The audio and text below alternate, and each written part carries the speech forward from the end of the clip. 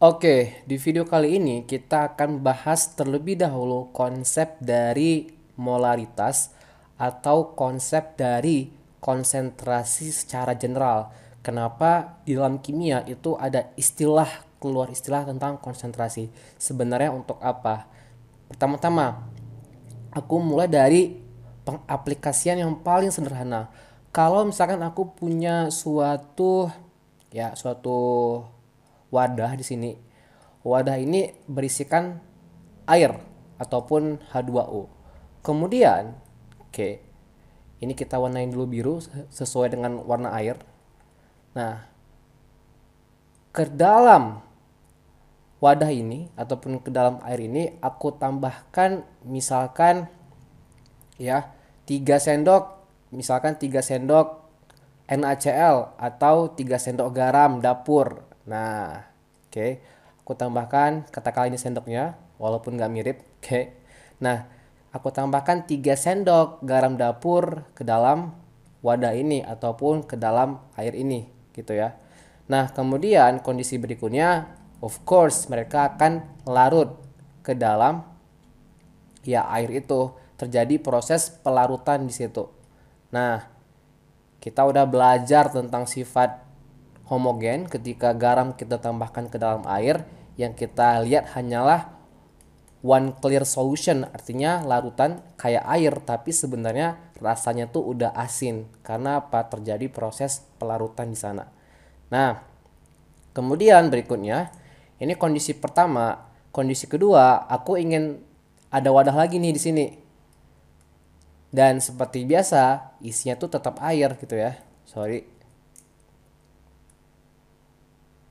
Nah, katakanlah ini wadah lagi dan aku isi lagi dengan air. Kali ini aku tambahkan itu hanya 1 sendok ya garam dapur ke dalam wadah ini gitu. Kemudian alhasil apa? Kita mendapatkan garam yang larut lagi nih ke dalam wadah yang kita tambahkan. Oke. Nah, kira-kira kayak gini. Terus kita bisa lihat bahwa pastinya antara poin pertama ya, poin pertama dan poin kedua ada perbedaan dong. Dimana perbedaannya? Kalau wadah pada poin pertama ini itu jumlah garamnya tuh lebih banyak daripada yang wadah yang kedua. Kita setuju situ karena 3 sendok versus 1 sendok. Kalau dalam keseharian kita mungkin bilang bahwa wadah pertama ataupun gelas pertama ini itu lebih asin daripada wadah kedua. Atau misalnya kita mengharuskan gula nih misalnya. Wadah pertama atau gelas pertama, gelas ini tuh lebih manis daripada gelas yang kedua misalnya. Kalau dalam kasus ini ya, wadah pertama itu lebih asin daripada wadah kedua. Cuman kan kita nggak jelas kayak gitu. Maksudnya kan asinnya itu berapa gitu. Berapa besarannya. Nah, akhirnya apa? Saintis menemukan bahwa karena dalam sains itu harus jelas, berapa-berapanya tuh harus jelas nih. Nggak bisa cuman wadah pertama lebih asin daripada wadah kedua. Nggak bisa kayak gitu doang, harus jelas lebih asinnya tuh berapa, berapa kalinya kayak gitu. Akhirnya keluarlah istilah konsentrasi. Dalam kasus ini kita bahas molaritas. Nah, jadi terms ataupun istilah-istilah konsentrasi itu muncul untuk mendefinisikan dia itu seberapa banyak dibandingkan yang lain. Kalau kita punya ukurannya, oh ini tuh di misalkan di 3 konsentrasinya. Kalau di wadah kedua misalkan di 1. Jadi jelas kayak gitu. Oh ternyata 3 kali lebih asin daripada yang wadah kedua nih misalnya. Nah, salah satu satuan dari konsentrasi itu adalah molaritas yang rumusnya M sama dengan N per V. Kayak gitu. Dari sini juga kita akan bahas dulu nih istilah-istilahnya itu seperti apa. Nah, pertama kita udah tahu bahwa molaritas itu adalah satuan dari konsentrasi. Itu yang pertama. Yang kedua, N itu apa? Mol. Mol itu kita udah belajar tentang konsep mol itu seperti kayak satu lusin. Satu lusin itu 12 buah. Sama satu mol itu adalah 6,023 kali 10 pangkat 23 jumlah partikel ataupun molekul. Nah, mol itu Ini adalah mol dari zat terlarut. Dalam kasus ini adalah garamnya. Jadi mol dari zat terlarutnya atau kita sebut dalam bahasa Inggris yaitu solute. Oke. Nah, air di sini ya kita sebut dengan apa?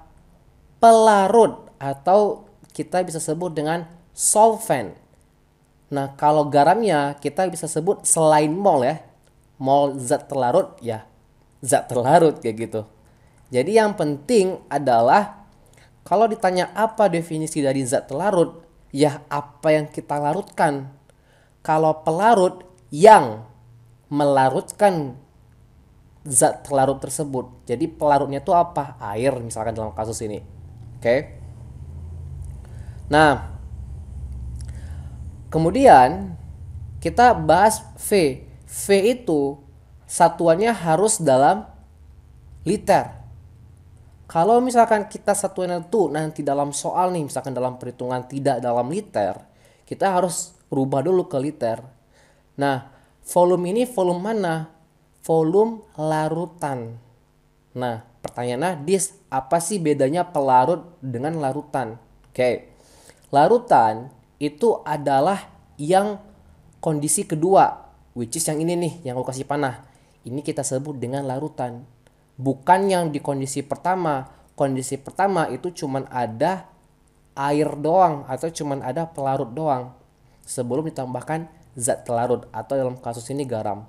Dari sini kita bisa mengambil kesimpulan bahwa yang namanya larutan atau solution dalam bahasa Inggrisnya kayak gitu, larutan itu terbagi menjadi dua. Yang pertama apa? Ada zat pelarutnya, oke, dan ada pelarutnya. Oke, yang disebut dengan volume di sini ini adalah volume larutan. Volume ketika zat pelarutnya sudah dilarutkan, berarti kondisi yang nomor 2 ini gitu. Jadi kondisi yang kedua ini ketika udah terdapat zat pelarut dan pelarut. Nah, kenapa kayak gitu, Dis? Karena kalau kita tambahkan, misalkan ya, kalau dalam sebelum ditambahkan zat pelarutnya, misalkan volumenya itu 98 mili misalnya, atau 98 liter lah, karena satuannya kita ngomongin liter ya, 98 liter lah misalnya.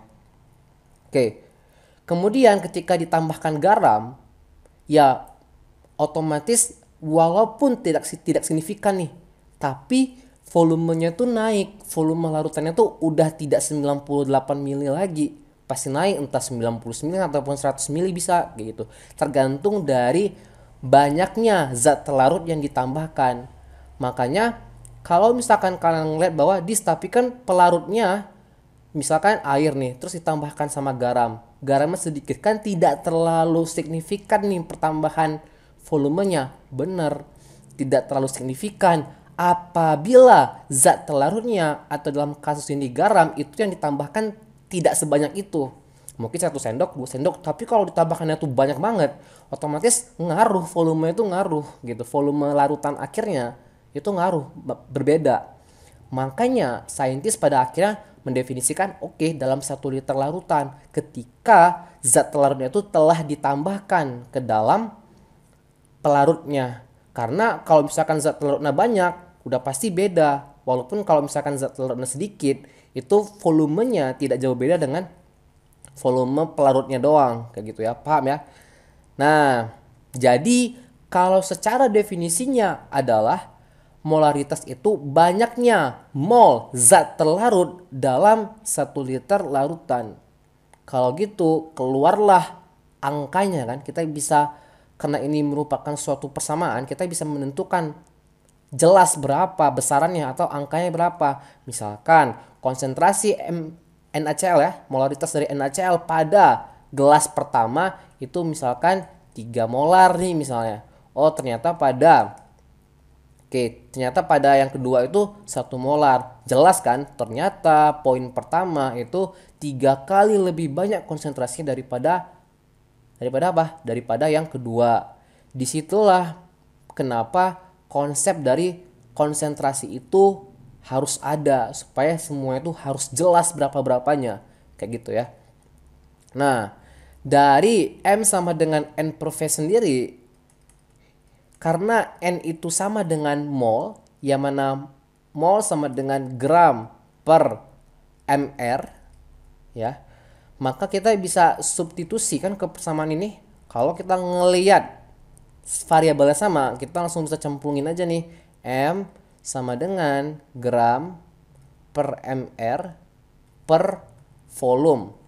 Nah, kalau kayak gini gimana? Kita bisa kalikan ini kemari, ya kan? Makanya menjadi M sama dengan gram per mr kali volume. Ini bisa juga. Yang paling penting adalah kalian ingat M sama dengan N per V. N itu apa? Zat terlarut. Mol zat terlarut. Dan kalau misalkan volume apa? Volume 1 liter larutan. Nah, kalau misalkan kita ditanya berapa volumenya, berarti tinggal kita lakukan aljabar kan? Makanya M sama dengan N per V. Supaya aku dapat V sama dengan gimana? Berarti di ruas kiri aku harus mengkalikan dengan berapa? Kalikan dengan, misalkan aku kali, ya ini aja, kedua ruas aku kali dengan V per M. Oke, kalau aku kalikan kedua ruas dengan V per M, maka yang ini aku bisa coret, maka tinggal V aja gitu kan. Nanti N per V itu dikali V per M juga. Ini yang coret, makanya persamaan yang barunya akan menjadi V sama dengan N dikali M. Kalau kita mau cari berapa volumenya, ya. Nah, kalau misalkan ditanya molnya gimana, ya udah, cara cepatnya tinggal V-nya ini aku kali silang aja, atau kedua ruas aku bisa kali dengan V doang, supaya nanti ya V ini sama V ini bisa dicoret, M dikali V. Jadi the new equationnya menjadi N sama dengan M dikali V gitu. Ya, nanti kita akan lanjutkan dengan pembahasan soal dari molaritas seperti apa. Oke?